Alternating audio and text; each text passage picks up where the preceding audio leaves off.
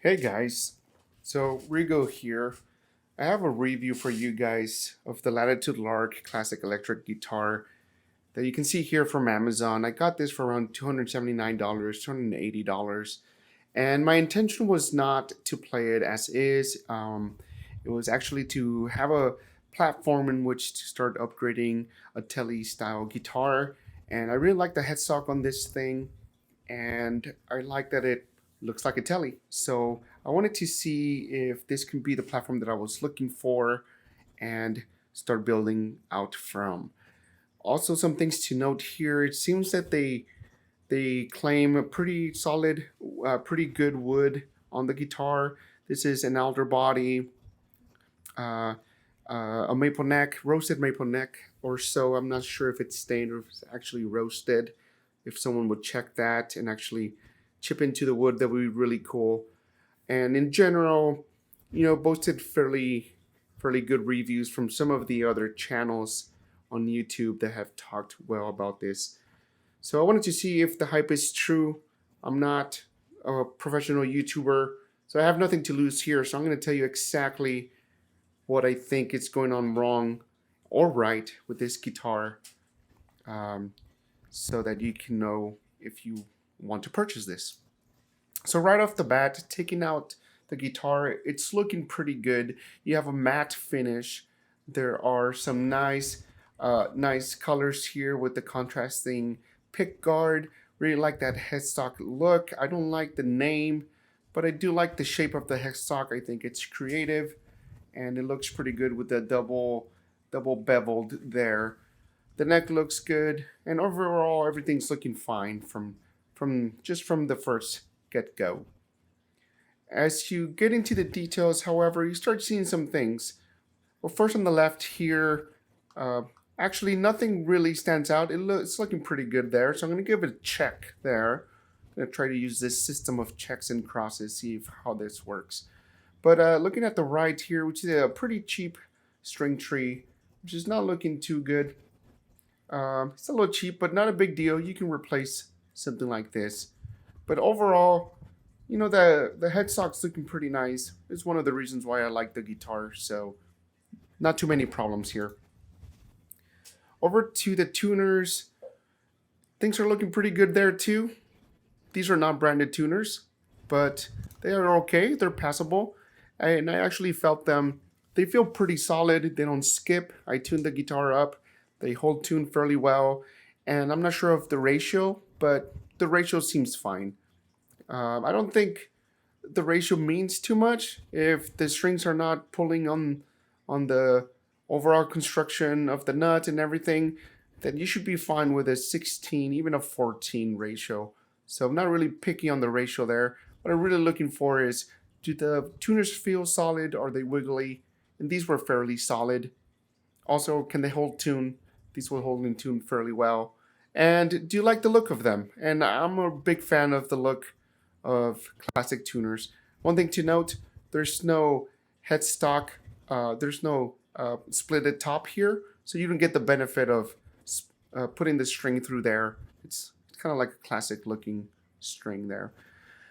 Over at the decal, however, things are looking pretty cheap and inexpensive here. This almost felt like a sticker that was just pasted on there, and I can tell that it was ripped a little bit here in the middle. But not a big deal. I was gonna replace the name of the headstock anyway, kind of make it a custom, but not a big fan of this decal. And the name Latitude also doesn't inspire too much confidence. It's not a popular name. Things in the back looking okay with the tuners. I did notice a little bit, if we go back, a little bit of unsanded parts on the neck. I'll go through that in a little bit, but the tuners overall looking fine. I also noticed that the tuners were very well aligned. It's not a so that was a nice thing to see. Over here, taking a closer look at the bottom of the headstock, I can already see there was some areas that were not sanded very well, and I actually felt that, and it felt rough. But what really stood out to me is over on the right, where the fretboard meets the headstock. It had just a really weird shape. It was a little bit not straight, and it kind of extended very far into the headstock. I also noticed that the headstock was a little thick over here, and you start seeing some imperfections here as well. Some of the sanding was very rough, not just on the back, but overall as well on the fretboard. And here, obviously, you can start seeing the bone nut, but it doesn't fit very well. It wasn't, yeah, you can see some very big, nasty gaps. So these are the kinds of things that some of the other YouTubers don't show you. Sometimes I feel like they're trying to get more sponsorships, but they're not showing you the very small details. And some of these details, maybe you don't mind overall, but they kind of get to you and they make you think of the guitar as a lesser kind of instrument. I don't know if it does that to you, but it definitely does that to me. And the way that this nut is fitted onto this guitar, it was just really nasty. However, the nut wasn't bad. The strings were not sliding, so at least you have that. And it was a bone nut, so I'll give him a check for that. And here on the other side, both sides were not fitted very well. So here's the left hand side and the right hand side. So moving over to the bottom of the neck, you start seeing some nasty things as well. First things first, I'm seeing that the neck is not fitted very well. There was actually a gap down here, and you can actually see down there. You can see down to the wood, so that was a little bit weird. Another thing that I noticed here was that the frets were not rounded at this part of the fingerboard. Probably the last 4 frets were not rounded, only in this part. On the right hand side, they're actually rounded. So that was a little odd, and kind of seemed like they were rushing. Everywhere else, the frets were rounded, so that's fine. However, a lot of people think these rounded frets are really the next trend, and it's the best thing in the world. However, I don't like this small gap that's created. I can see that throughout wherever there were rounded frets, and it kind of feels like the fretboard or the string space is actually smaller than what it can be. This edge is also not very well rolled, and it's just really sharp on your fingers. So I'm going to give it a ding for those edges. It has rounded frets, but those edges are really rough. And then also a ding, because if you take a closer look here, you can actually see the sanding marks, right? This is probably an orbital sander, and it does this kind of shape that I'm trying to do with my mouse. And it was just not rounded very well, not sanded very well, and it was overall kind of dirty throughout. In fact, you're going to see throughout the pictures, the guitar kind of looks dusty and dirty, and there's a lot of sawdust all over. You'll see closer in a bit when we get to where we have some of the stickers still on the body, on the hardware. Again, taking a look at the bottom of the neck, right here's where I can tell you, where I can kind of keep talking about how dirty this guitar looks. There's a lot of dirt and sawdust everywhere, even on the neck, on the pores of the neck. And specifically here, I'm looking at some of that sawdust, just not very clean.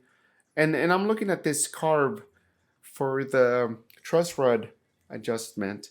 And you can also see down there, and there's just tons of sawdust everywhere. The carb's actually okay. I mean, it's clean, but just how dirty it looks doesn't inspire very, very good quality. And by the way, throughout this video, I'm just looking at quality, right? I know this guitar is not going to be the best ever, but I'm looking for a sort of a platform in which to build. So build quality is what I'm looking for here. I'm also not even going to give you a sound test, because you can always replace the pickups. And the pickups determine the sound by a lot. Anyway, back to the review here. This was a major surprise, but also not surprising given that everything else I have seen up to this point. So we see some cracks on the left-hand side of the neck and the right-hand side. Typically, this is not a big problem. This does happen because the the wood does move, but the finish doesn't, right? So it can cause a crack like this, but it's still not very good to see. It doesn't inspire a lot of confidence. So I'm going to give it some crosses here. Next thing to note, the finish. The finish was okay, but what I'm looking at here are the edges. Typically, you will get around a 1/4 inch bevel on a telly.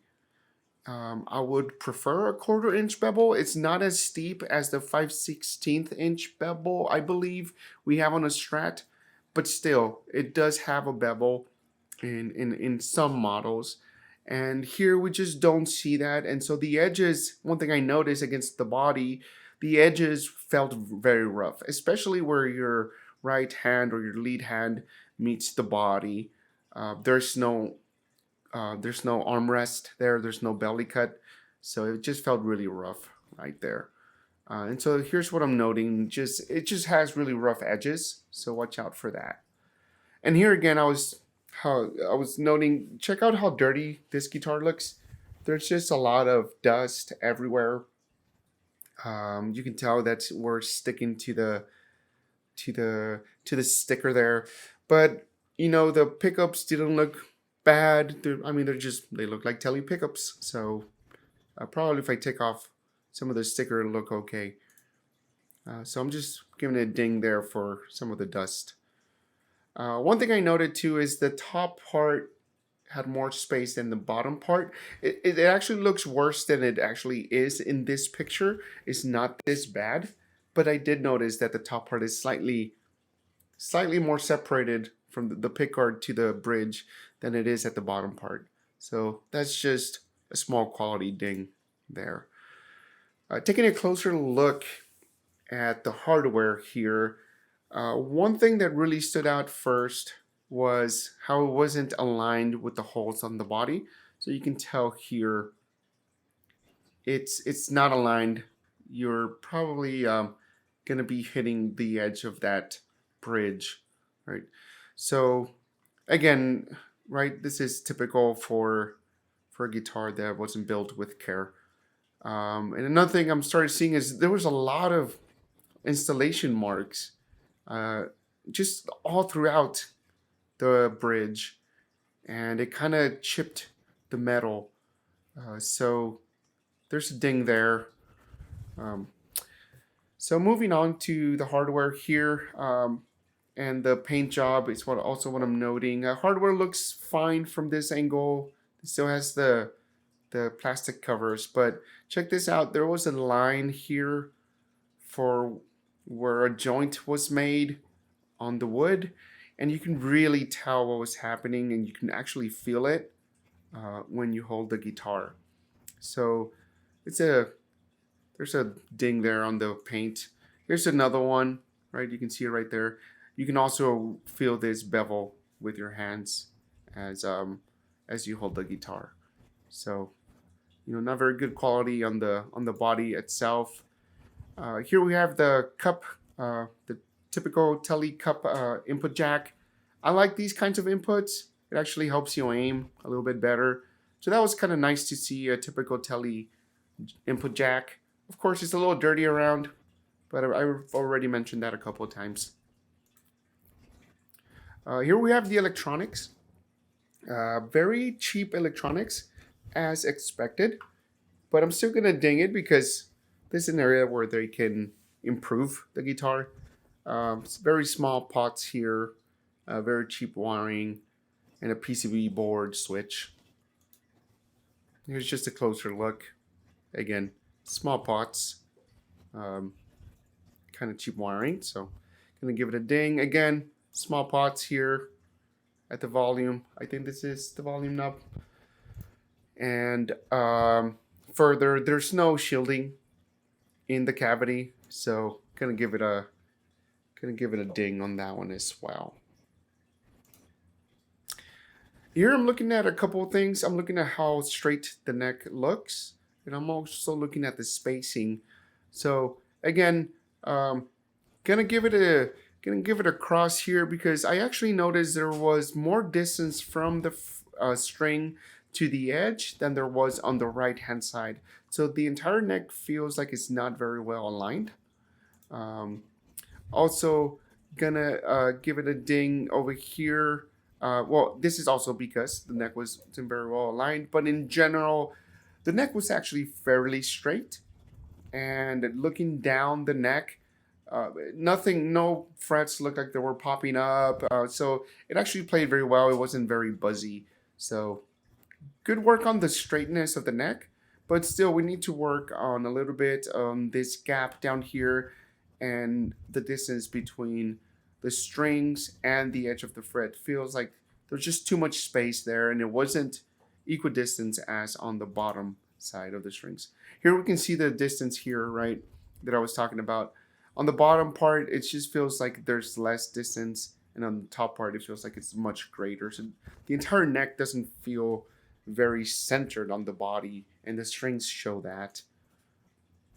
Here we have another angle at that, right? So on the left hand side, a little bit more space than on the right hand side. So I'm gonna give it a ding for that. And here I'm just trying to show that a little bit closer. Let me go back. Here we see again, right, how some of the frets are not rounded, and on the right hand side they actually are. So that was a little surprising.